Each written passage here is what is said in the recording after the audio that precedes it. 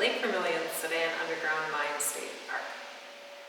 So the Soudan mine tours are offered daily through the end of September, and then weekends through the third weekend in October for Minnesota Education Association Week. Whenever you ask people, what do you remember from this tour?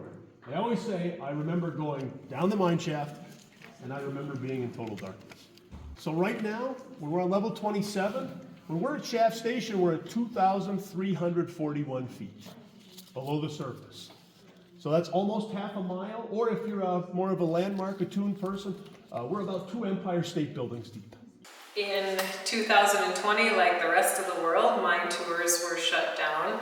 We were able to do just a few tours in the summer of 2021, but then the state of Minnesota graciously funded our shaft rehabilitation project, and so we were limited to surface tours for the summers of 2022 and 2023. So it has basically been 4 years since we were able to do underground tours. The science tour is of the 2 caverns that were excavated purposely for the different physics experiments that went on at Soudan over a period of 30 years. The first one is the MINOS, which is the main injector neutrino oscillation search, and also the CDMS, cryogenic dark matter search. Those experiments have been decommissioned, but the physicists left us enough remnants of what they used for their detectors, and we are able to give phenomenal science tours of those spaces. Just going into the space itself and imagining that everything that you see made the same trip in that small cage, 2,341 feet underground, is amazing in itself. In addition, there is Minnesota's largest underground mural. The mural alone is worth the trip down to the physics labs for the science tour.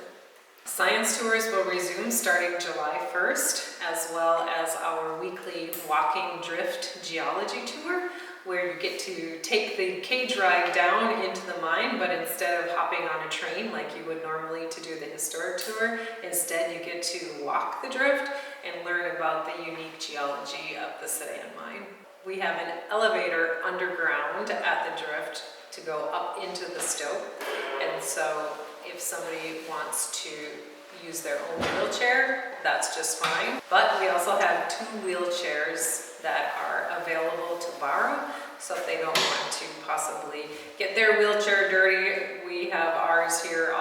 One is motorized and one is non-motorized, and so that is an option for people who choose not to use their own wheelchair, or if somebody is just maybe they had a recent knee replacement and just aren't comfortable with walking long distances, they're also welcome to use our wheelchair and use the elevator to go up into the stope.